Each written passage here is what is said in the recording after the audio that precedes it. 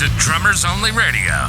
Drummers Only is the UK's leading drum shop with store locations in Glasgow and Leeds. Our podcasts are full of interviews, gear reviews, and much more from the unique perspective of a drum shop. The show is hosted by two pasty Scottish dudes who talk real fast.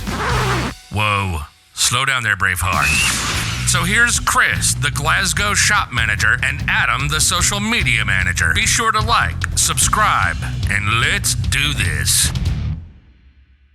Hello everybody, Drummers Only Radio, episode number 48, and we are here with the wonderful Mr. Richard Spaven. Good evening. Evening, Chris. How are you, man? I'm alright, mate. I'm alright. Good. For those of you who may not know who Richard is, he is a wonderful British drummer, spends his time a lot in the jazz scene and electronic scene, and he's played with people from that band Flying Lotus, the Cinematic Orchestra, Josie James, Jamesu, is that how you say that? Jamesu, yeah. Jamesu, and Guru from Gangstar, as well as being a composer with all his own awesome original music. So a potted history there. I'm sorry if I've missed anybody. I think I've got... There's a few in there, but it's a fine intro, mate. I'll settle for that. Thanks. Some of your... I've been listening to some of your music for a long time, and it's great, man. It's really great. It's really fresh. Thank you. Along with what I think is your approach to the instrument. I think it's really unique. Is that something that you spend time cultivating, or is it something that just kind of naturally happened along the way? Kind of naturally happened, and then I think it's later on when you look back and you're like, oh, okay, I see that how the pieces fitted together, and you know, it's actually sort of doing drum events and more teaching and stuff like that, where you know you find yourself like referencing, you know, all these influences, drum and bass and dubstep and all these scenes that I've just immersed myself in. And then you sort of think, yeah, okay, it's no surprise that you kind of sound how you sound, you know? Yeah, I get that. I think it's just really cool to hear someone that has a sound. I don't know how you feel about it, but there's a lot of kind of TikTok music floating around, and a lot of it sounds pretty similar.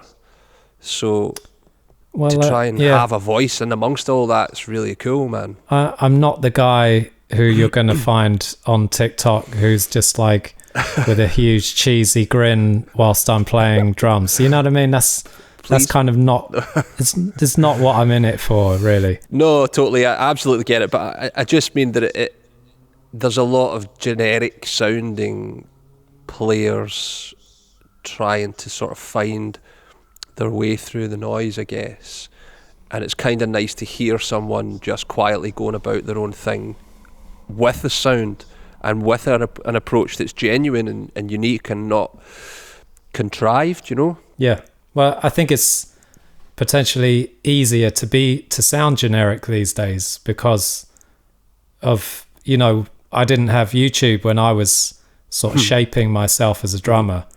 I didn't have all of that, so you had to sort of like source out your influences for yourself and those scenes that I got into. Yeah. But now there's so much available. It's like everything is available. So it's easier to like dabble in a lot of things. You know, it's like, oh yeah, I know about drum and bass because I saw it on YouTube. But to me, that's not how you sort of bury all that stuff, all that musical knowledge into your playing DNA is not from checking something out on YouTube, you know what I mean? Absolutely do. I'm old enough to grow up round about grunge, which was all kind of pre-YouTube, and I can still actually draw on all that if I want to. You know, a lot of that is still there. It's still tucked away, whether I like it or not. I think it's just, you know, you put a Pumpkin song on or something and that it'll just come out, you know. I just understand how to do it, and it's just from years and years and years of digesting the music. Exactly, yeah. You know, do you find your sort of influences coming out like that, sort of just whether you want them to or not? Yeah, I mean, I feel like I am what I am, you know.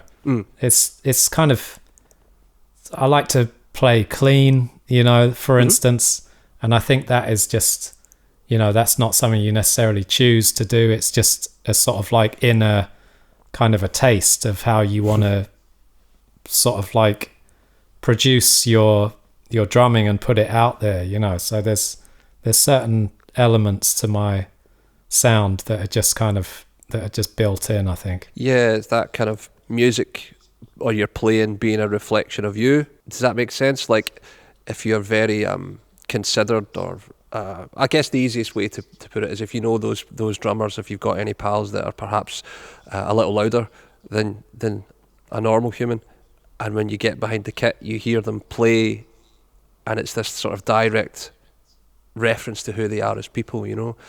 Yeah. So if you're maybe a sort of more considered person, then your playing will be more considered.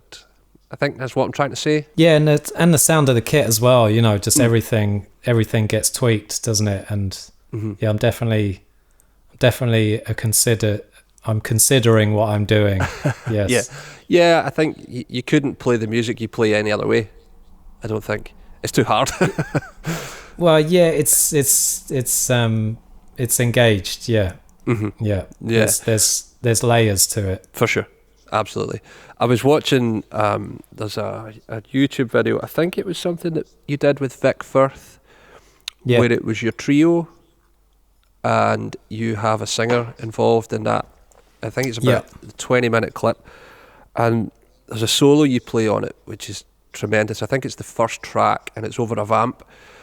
And what I kind of noticed when you're improvising and soloing is it feels like you're really pushing and you're really taking chances, but you have this incredible control and nothing gets... It's like this weird juxtaposition of being able to control yourself while still taking chances and improvising, you know? Yeah. How was that something that you developed?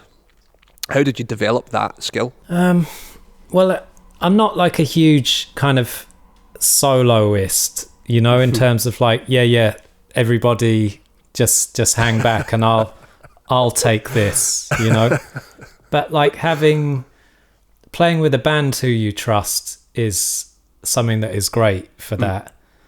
But then it's just kind of like you're sort of in a clock being so strong and rooted that you can move in and around it and not be too worried about, I'm not in that situation. I'm not worried about falling off. I'm just immersed in kind of just trying to make some phrasing that's weird and, you know, off the wall kind of phrasing and going across bar lines and just picking out, you know, like really off kind of sixteenths or whatever it is that's going on. You're basically just trying to flow. I like the feeling of flowing when I'm playing, you know. And I think when you feel like you're flowing, you sound like you're flowing. And whether you're playing a groove or you're in like a solo situation, I think that's been the thing for me, is just like being aware of flow. I mean, I talk about flow all the time with, you know, in teaching situations. And that's just something that's really important to maintain, you know, whatever the situation, I think. Yeah, I wholeheartedly agree. I think it's, if you can get to that stage, it's probably the best place or the best way to play music. You start, you don't think, really, you just play. Yeah, you just channel, Yeah, but sometimes it's really hard to shut your head up. Oh, yeah. You know, like, especially if you're playing something new or something that's maybe not quite got under the hands yet, you know. Yeah. And I was just really impressed by that kind of flow. I think that's maybe the best way to describe it, you know. Does it help with the players that you choose to play with, being people you can trust? Absolutely, yeah. Yeah, you know, I mean, you build up trust, you know, like a proper band who, you know, people that you play with often and have done over a period of time. I just think that's important as well, you know, to feel like a band when you're playing is great, you know, not just a bunch of musicians who've just got together.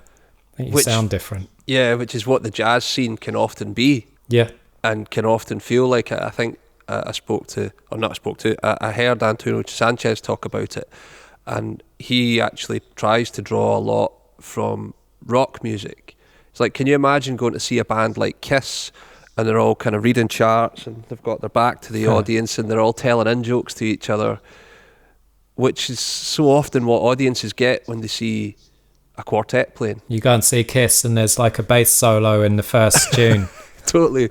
And it's super tight, and they all know the music inside out. There's no questions asked on the stage. It's all about the performance. Yeah. And I think that can be something that's missing from the jazz scene sometimes. Maybe with younger players, perhaps, I'm not sure.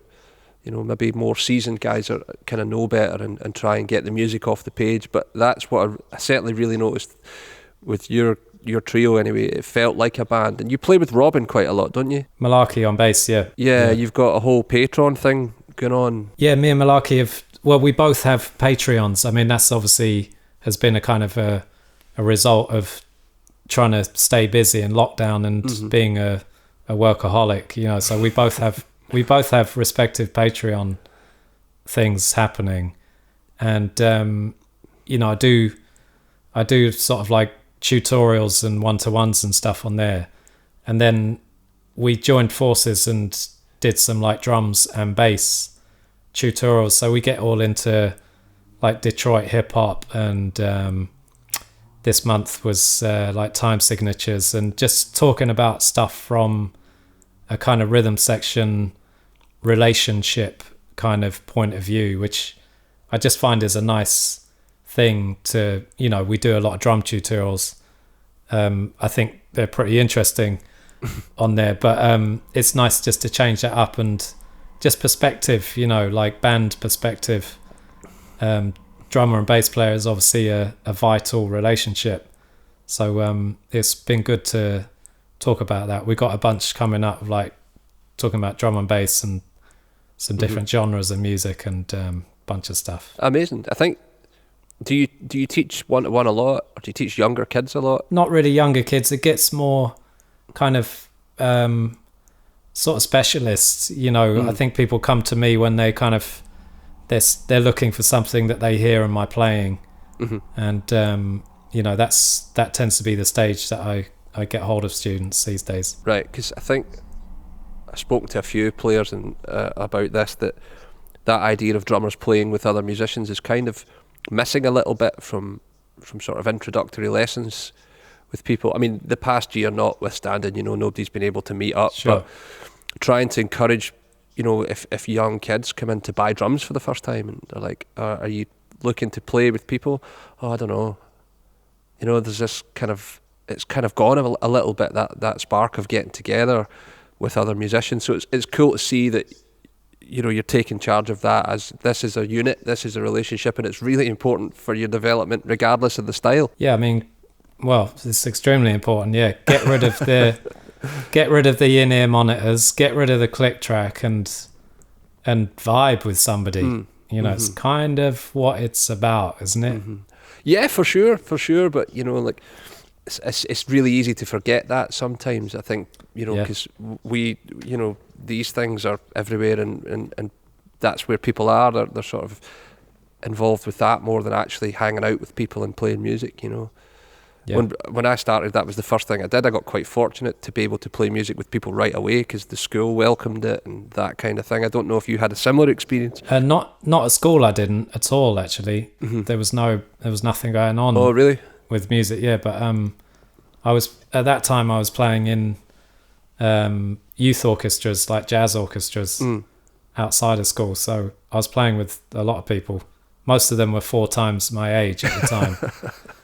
but that was a good lesson. That was I suppose what you were saying about soloing. I knew what a drum solo was. I knew how to do one. I knew how to take 4s or 8s or whatever, and that was sort of like natural. I'd got to that so early on that I got all that sort of discipline kind of ingrained in me from the off. Right. And it was later really that I'd started getting massively into hip hop, that I was like, I can do some other things to my taste with this technique and sort of musical skills that I've got. Yeah. So it's quite nice to sort of do the discipline first, come from that, and then sort of move into some areas where my musical tastes were going. Mm-hmm. Do you think your playing would be different if it was the other way around? If you'd got into playing your musical taste first and then discipline later? I expect it definitely would have been, yeah. Yeah. I would have been just, I don't know, jamming along to hip-hop records, I reckon. Nothing wrong with that. No, absolutely not. And I think for a lot of people, whatever the genre is, that's what it is for them these days. But that discipline gives you the sort of, it helps you develop your practice ability, because I think that's a skill that is often missing. Yeah. I mean, just discipline all round, like technical discipline and practice discipline. And just shutting up and listening to your teacher, I was good at that. Yeah, totally, because they have the experience, right? Yeah, for sure. How do you approach composition? Because you've got 5 records under your own name now? 4 or 5? 4 or 5, yeah. There's more coming. Oh, great. Oh, cool. I'm kind of glad to say, like, all different ways. So many different ways of approaching it. And I wouldn't want to approach in the same way all the time, at the risk of records sounding like formulaic or something like that. So, it could be like, there's a tune of mine called The Self that started out it took me 3 days to write the keyboard part, right? To write the keys part, and that was what started that tune, and then sort of building the groove around that really carefully and thoughtfully. And other tunes could be like some little sample or some little beatbox on the phone or something, or I've just had an idea and trying to realize that. Or just more traditional sort of writing with my guitarist Stuart McCallum, just getting together, having a writing session, which we would do that a lot on the road. I miss those ones, sort of like hotel next morning after the gig, getting up early to make time for that. So I'm looking forward to getting back to that. For sure. But yeah, all different ways. There's so many approaches you could take. Yeah. Do you have a sort of working knowledge of harmony and that kind of thing? It's not great, but I can, like in the home studio, I can write music. And I mean, my guitarist is a harmonic genius, so anything that I need expanded upon, he can generally hear what I'm hearing, and expand accordingly. I used to like working with what's the word I want? Limitation or parameters. I think it's really helpful. This one's going to be in a certain key, or the bridge section has to do something else, or kind of forcing yourself into a corner. Yeah, well, it helps because starting from nothing is very difficult sometimes. Just blank, just a blank page can be difficult. If there's some points on there that you need to navigate, it can. You've got shape straight away, or whatever it is. Do you ever force your drumming into a corner? Just put yourself into something where you've got to box your way out of, or something. Well, all the time. I think that's how I play, really, just constantly. Because it's so. It's just so in the moment, and not. I'm not someone to predetermine what I was practicing, and just try and play like exactly that. Yeah, on a gig, here it is, that thing. It's more sort of just blending all of the practice together in an organic sense, and seeing what comes out. So I definitely get into some corners, but I kind of enjoy that, because you find you're in a sort of, you're disorientated in a place, and you've got to find your way out and try and make sense of it. And I'm often in the middle of a phrase with no idea how it's going to resolve. And that's the way I play, Rest of the band are kind of looking at you like, where's this going to go? Well, like I said, I know them well, so, they're probably not getting dirty looks. They're like, yeah, he's got this. It's fine. It all comes out in the wash. So, exactly. Is that even the same for something that's more groove-based? Or will you have a sort of a groove for the melody section and then open it out. Depends what it is. Again, like the compositions, it's some of my tunes, they'll be really sort of specific parts, which will then move into areas in the arrangement where I know that I can open up, or sometimes it would just go totally crazy, and no one really knows where it's going, as well. I think it's nice to have that in a live situation and not just go out there and just play your record as it is on the record. It's nice to have a live kind of version of your music. Yeah, well, it's not that kind of band anyway, is it? It's not a band that would go out and just play it note for note. That would be pretty pointless, really. Well, you got the record for that. Yeah, for sure. And it's not a pop or rock band, where that is the vibe and that's the case. They go out and that's what they do. But even some of the best rock bands will take it to different places, unless the music is mental. If you're going to see Tool or something where it's 15 minutes long and it's all in 11, they don't really want to take crazy chances on that, and if you've paid £100 a ticket, you might not want to see them take crazy chances on that. But if you know what you're getting yourself into, I'm not sure I want to pay 15 quid to see a band playing 11 for 15 minutes. Well, I do like them. I'll hold my hands up. It can be good fun. It's loud enough, I guess, to distract the fact it's an 11. But do you know what I mean? It's the point I guess I'm making is that the music you're playing is not going to be pigeonholed with that. It's going to be a little freer. Yeah. At least I think so anyway. I noticed as well, I thought it was really cool that you've got involved with a company called Lander. Yeah. And put out a sort of sample pack. Yes. That's pretty hip. There's some pretty cool stuff on there, man. I was going through some of it. How did that come around? Is that something you've always been, well, I guess that being into hip hop, sampling and samples have been part of that since day one. Absolutely, yeah. I mean, that was good going into that. It's like I'm well versed in drum samples, Mm-hmm. I'm very influenced by a lot of classic samples and all that. So I get the whole thing of sampling drums. I mean, they asked me to put a collection together, and then it's like, well, what are we going to do? So it was it's the first one that I've done. Just done another one recently, and it's like it's a good chance to put down a load of classic beats, and of course I just got out all the kind of all the genres that are all my sort of go-to favorites.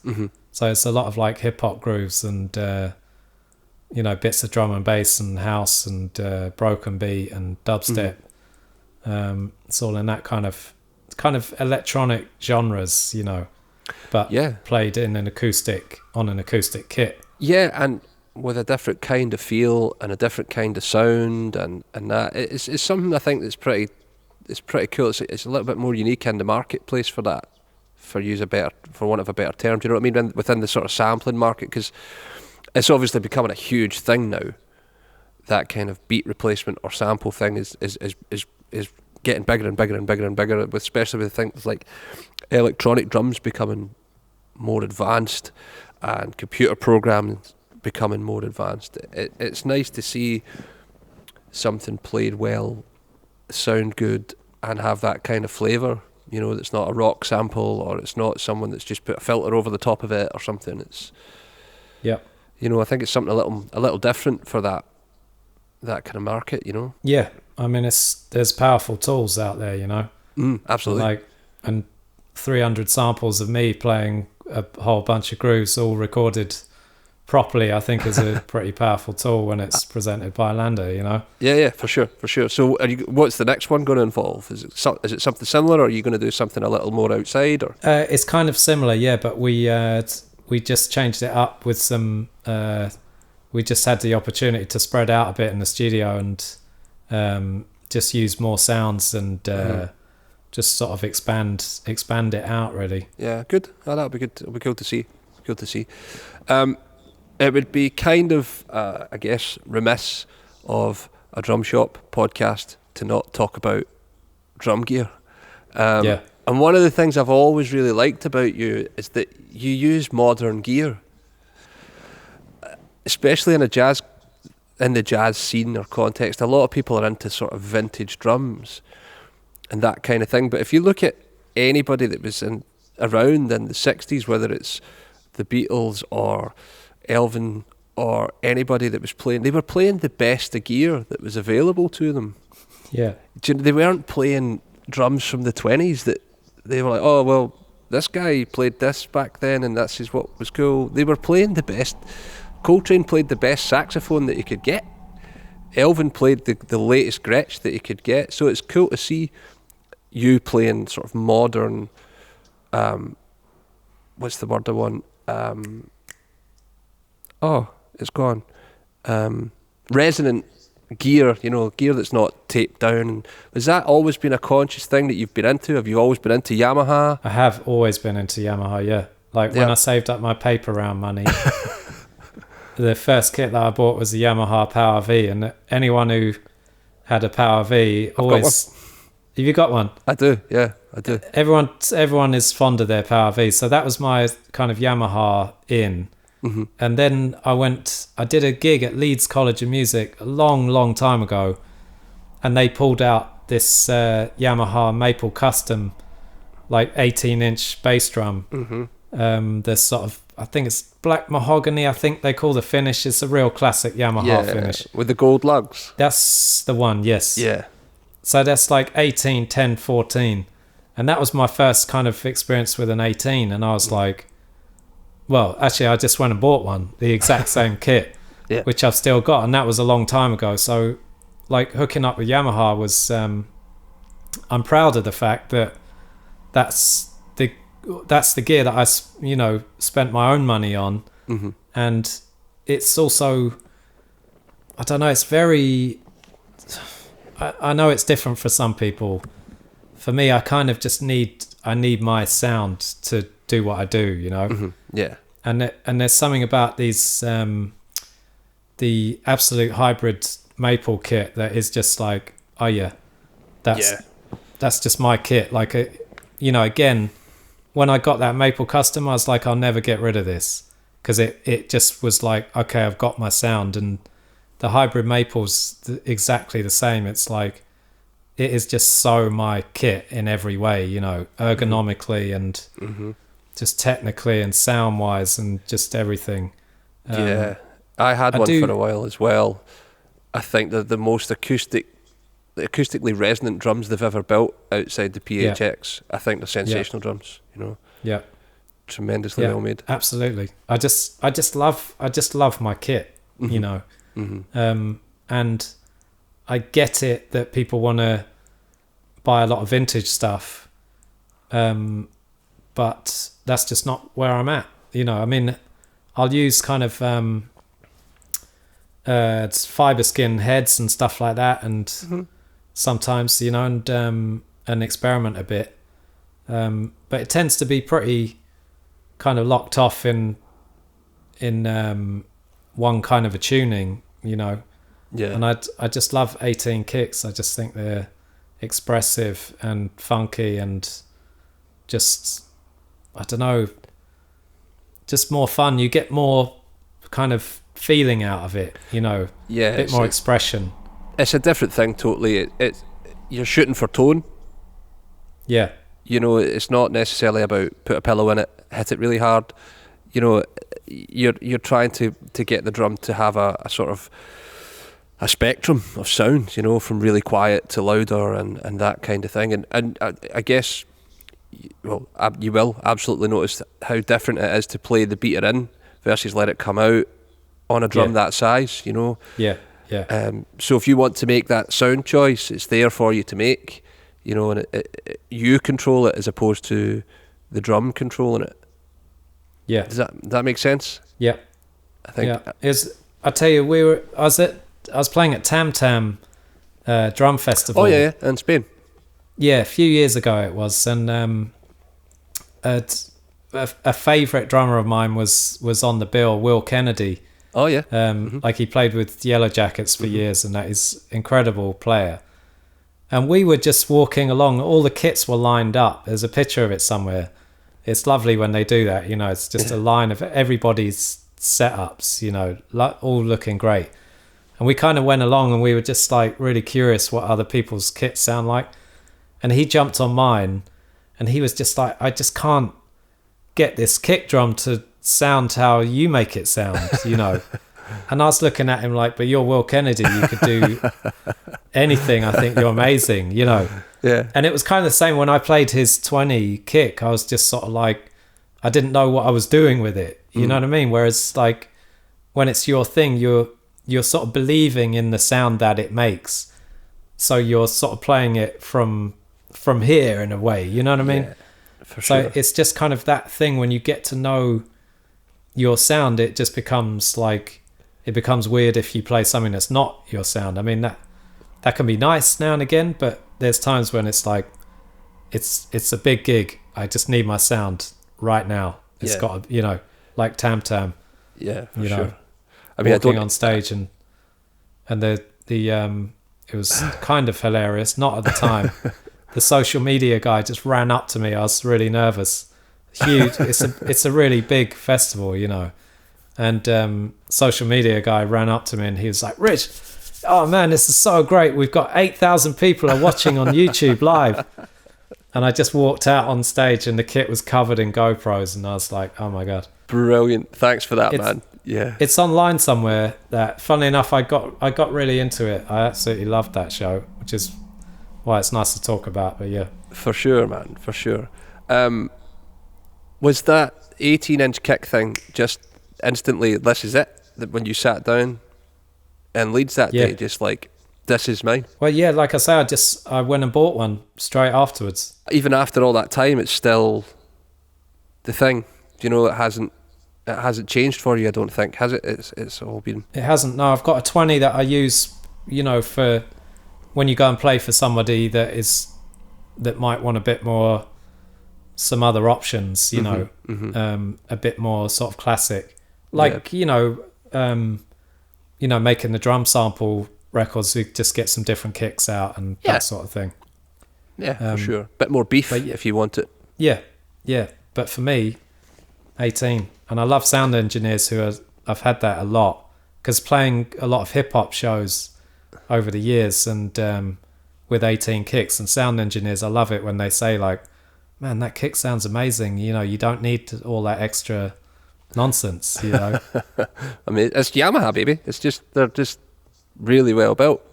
Absolutely. Absolutely. Yeah. Still, for me, I mean, we sell everything, but that mounting system for the toms, it's the greatest thing in the market. It's tremendous. I'm in the right place, aren't I, to talk about this, right? This is it's because I feel quite passionate about Yamaha hardware.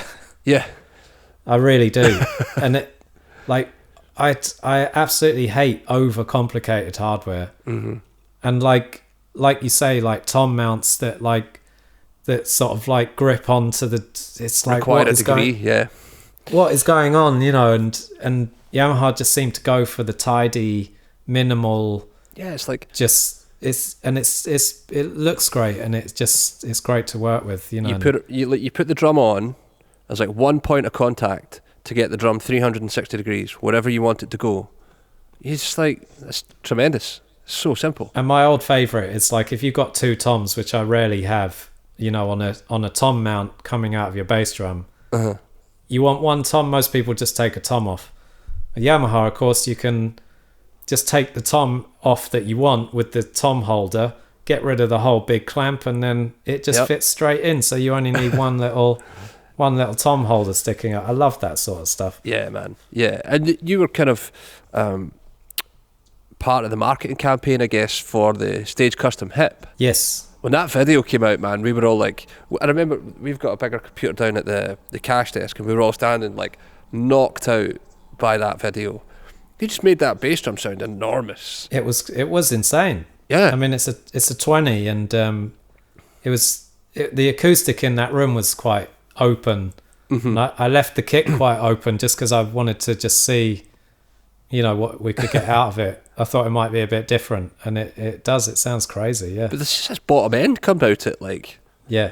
How does that happen? You know, it's pretty amazing to see.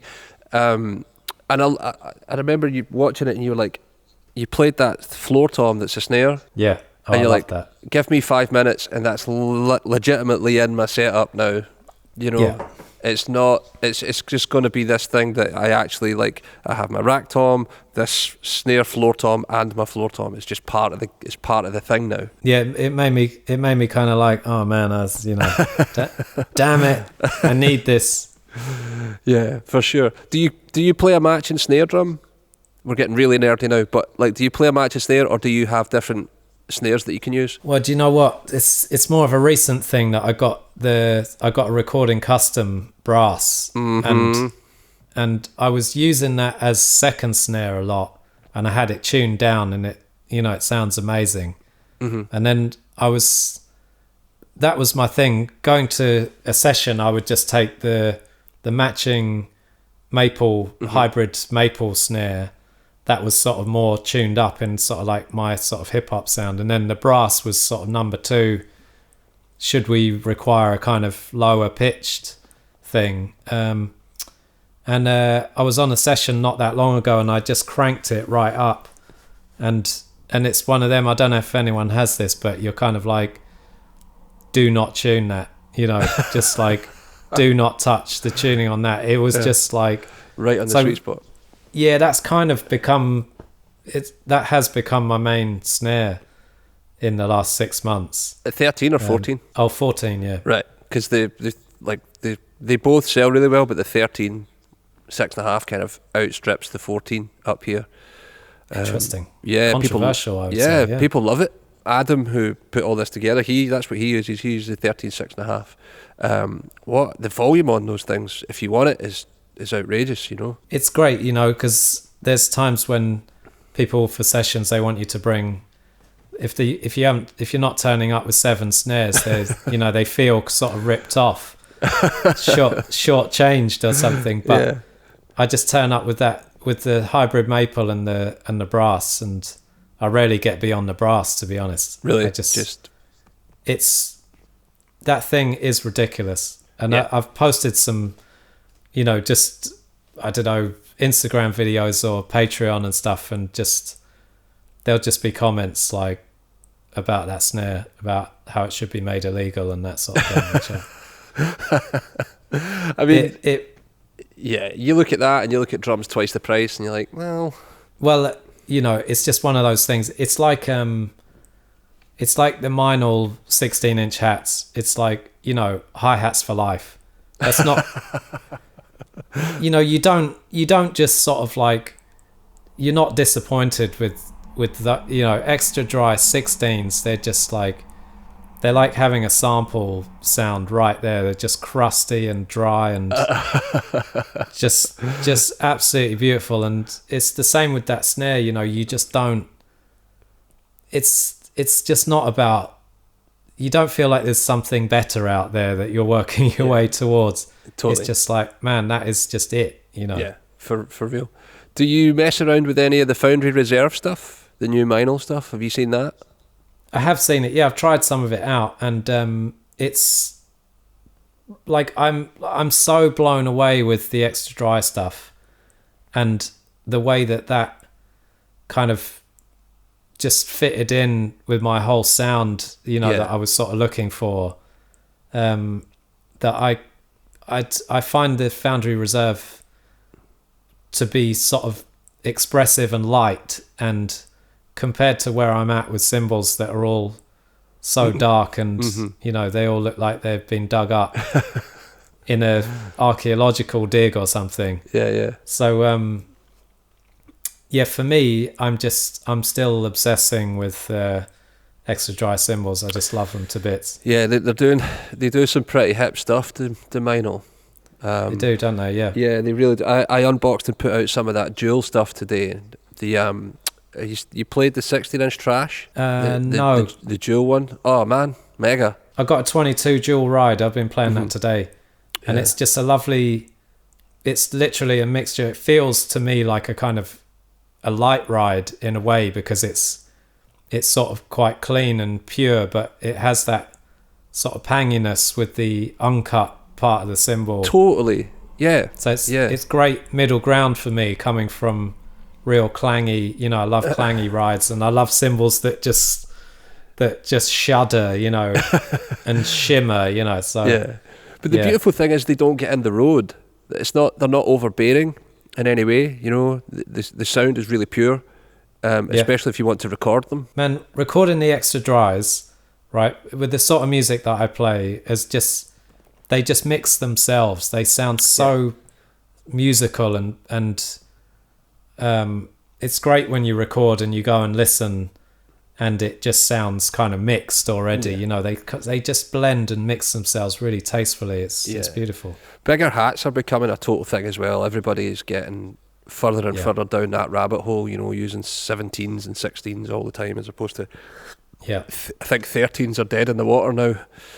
You know, right? They're just, nobody seems to be knocking the door for them in the same way that they did like 10 years ago. You know, so yeah, I get why you think the 16s are the hi hats for life. They'll record so well as well because they're lower pitched. You know, Paiste do it well with the sort of giant beat range. They sit in a mix. They're pitched in such a way where they're not loud, but everybody can hear them. Yeah, it's that kind of vibe, you know. I think it's great. It's great. Yeah. Right, that's the gear nerdy bit, sort of. I mean, we could go on for days and days and days. Yamaha bringing out new FP9 pedals, all that stuff. Have you tried those? I have. Amazing. I used one on the hip gig. On the hip stage custom hip shoot. Yeah, they are amazing. Look, the last 5 years for Yamaha has been game changing. EAD, that pedal, the crossdown hardware, all that stuff. They make pedals where you don't really feel like there's anything there, you know, which I don't like big, clunky, heavy, complicated pedals. You get the idea. I've already, you know. Yeah, put it on the drum, play it, it works. Well, and it just feels light, and it just gets out of your way, and it's just there for, you know, just does what you need it to do. For real. Yeah. Okay, so where do you see the future of the instrument with the music that you play? In terms of kit wise that I play, you mean, or just musically? Not just musically, like, you know, the role of the instrument for that kind of music, you know? Well, I mean, I suppose, you know, ever since I started, I've always been trying to improve, you know? So that never goes away. So you're constantly developing and just sort of like new sounds, and like that snare we were talking about with Yamaha, and like trying out having a small snare as well on the right hand side and stuff like that. It's just, you just never get bored of that experimentation, you know, totally.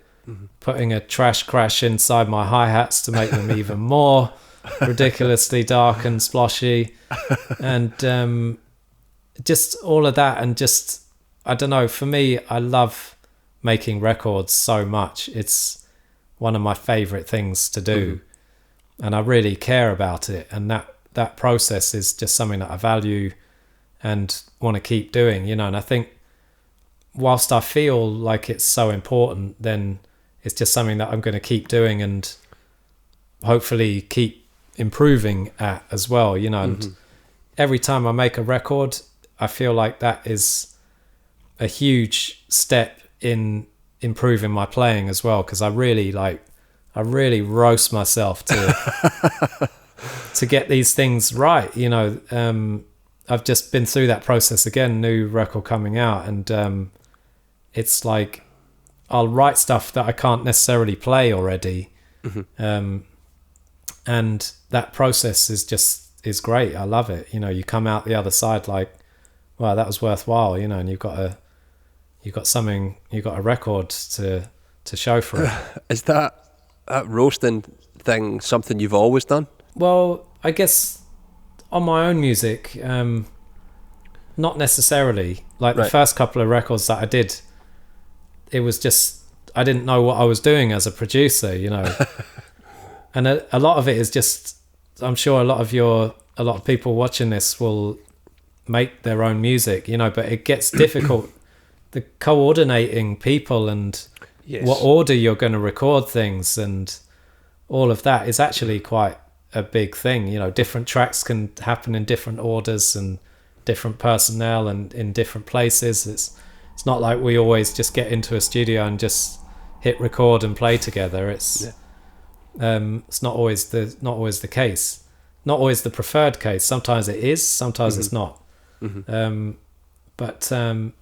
think just I just want to continue making records. I just still sort of feel the fire for it. The reason I asked it, if it was a thing you've always done, is what I picked up from you when you said it was that if you look at any other instrument apart from drums, if you look at classical piano or the violin or something along those lines, those players get better outside of doing technical exercises. They get better through repertoire. They play harder music. Do you know what I mean? So if you're studying the piano at a college or something, the music gets progressively harder as you get better, and it seems to be a great way to help progress your playing without, getting better through playing music makes lots of sense. Yeah. As opposed to being a guy that sits in a room playing drums all day to get better. Oh yeah. I mean, musical context, most masterclasses that I do, I'll be talking about music 85% of the time. Yeah. And the drums relationship to it, but it's like, I love talking about music. That's where it's at. Yeah, for sure. But I think, my stuff, it pushes me and I improve, but it's not just like I'm improving technically or whatever. I'm also trying to improve in like subtlety and musicality, and my music tends to be kind of, it has layers where there'll be a backbeat on the 2 and 4, but there'll be something else going on, some other sort of layer happening that's like, for us drummers sort of listening in, it's like, wait a minute, I get the vibe, I can feel the soulfulness of this, but there's something going on that I need to inspect that a little closer. For sure, absolutely. Okay, we've got 2 more questions left, and the first one is, what drummers inspire you to keep pushing? Don't know, lots of drummers, I suppose. I listen to Marcus Gilmore a lot. I just think he's phenomenal. I love the way he plays, like totally. All my favourite drummers really are just drummers that just play,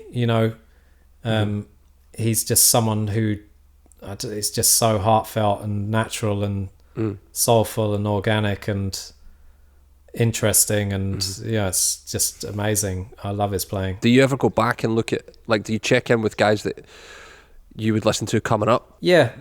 I was thinking about this the other day, like Michelle Ndegeocello, who's a bass player, who, I had all her records, just really followed her closely, and like she introduced me to a lot of my favourite drummers, because they all kind of came through her band, like there was Gene Lake, Sean Rickman, Chris Dave. The first time I ever saw him was playing with Michelle, and Dean Tony Parks as well is another guy that she brought to my attention. So that guy's a monster. Absolutely. So there's definitely go back. But then for me as well, there's a lot of producers. Like, who's your favorite drummer? It's like, well, I guess so. Yeah. Can we talk about Jay Diller instead? Yeah, totally. Because there's so much influence come from him. He's not a drummer, but he programs drums in a way that us drummers are all inspired by. Yeah, I mean, people have been trying to cop that feel for like the last 10 years or something. Yeah. Was it Robert Glasper? Yeah. Had some of that kind of stuff on his music as well. Yeah. And Questlove and all those guys that are sort of trying to make that, I don't want to say mainstream, but do you know what I mean? They're bringing it to the attention of people that might not have heard that music. Well, yeah, I mean, it's become, I think for drummers, it's become part of the standard language, is to be able to just swing it in that off-grid kind of a way. Yeah. We really went into this on my Patreon with Malarkey. We did a whole couple of tutorials about this. Brilliant. Okay. Because it's something that we've both done a lot. And there's lots to talk about, the sort of elasticity between drums and bass, you know, so we thought it was a good subject to cover for that. We'll make sure we put that in the show notes then, so people can link to it and see it. We kind of get into one on that, yes. Good. Okay, cool. It might be interesting. Brilliant. Okay, and we'll round out with, what is the one thing that would surprise people about you? I like cricket. Oh, really? There you go. I thought you were going to tell me like you've got this massive Cuban cigar selection or something.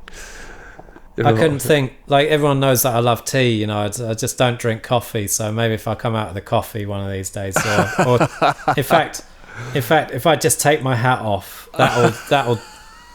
that'll just freak everybody out one of these days. You should do a Yamaha shoot like that with a Starbucks cup and no hat on.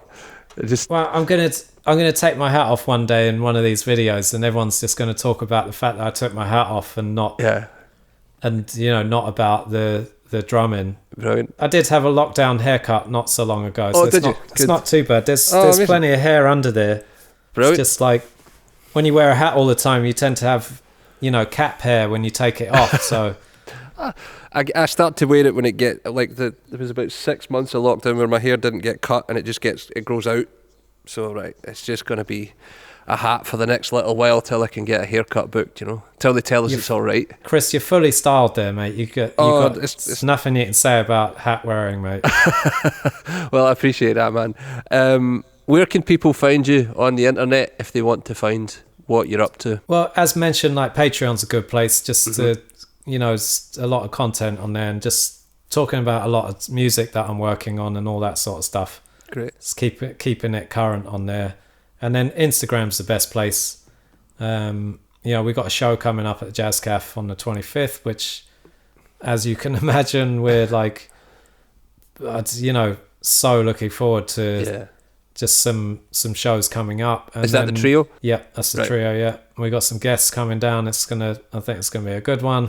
Good. And looking at hopefully doing some touring with Jose James as well. Great. Later in the year, and of course, you know, it all pops up on my Instagram, all that stuff. Great. You've got your own site, I believe, as well, with fully loaded. There's a richardspaven.com, which would have tour dates, and which is it's just a big depressing empty page. I'm sorry, man. I'm sorry to depress you. Right, as we're finishing up. It's okay. Well, great. I'll make sure that when we put this all together, all those links are included and people can click through and all that. So, appreciate that. Listen, man, I really appreciate you taking your time out tonight. I appreciate the chat. It was great. Lots of fun. And not a problem. Total pleasure, Chris. Thank you. No worries, mate. And you stay safe and all that, and enjoy the gigs when they come round to you, man. I'm sure they'll be awesome. You too, man. Thanks, Chris. Thanks, buddy. Thanks for listening to this episode of Drummers Only Radio. You can find us online at www.drummersonly.co.uk. Drop us a line. We're on Facebook, Instagram, Twitter at Drummers Only UK. Make sure you subscribe to the podcast. We're on Apple, Spotify and YouTube. Any questions? info@drummersonly.co.uk is the email, or if you need leads, it's leads@drummersonly.co.uk. Thanks again for listening, and we'll see you next time.